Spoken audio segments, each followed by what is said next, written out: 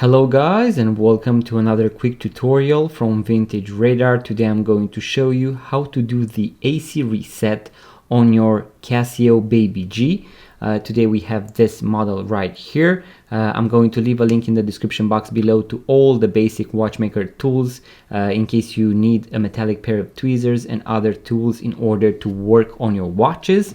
So as you can see, after you have installed the new watch battery, you have the cage closed. As you can see, everything is prepared for closing the watch. What you need to do is to do the AC reset before actually closing the watch. This will eliminate all the errors that you can possibly have. So it is going to be very simple, and what you need to do is to search for the AC written on this metallic part of the watch, and here we have a small hole, so I'm going to point one of my tips from the pair of tweezers inside that hole, and the other one should go right here where we have the plus. So what I want to do is to go inside with one tip, and the other tip I'm going to place it right here on the plus for 3 seconds, and then when I turn the watch around, you can see that it just reset to 0. So you should see 000 or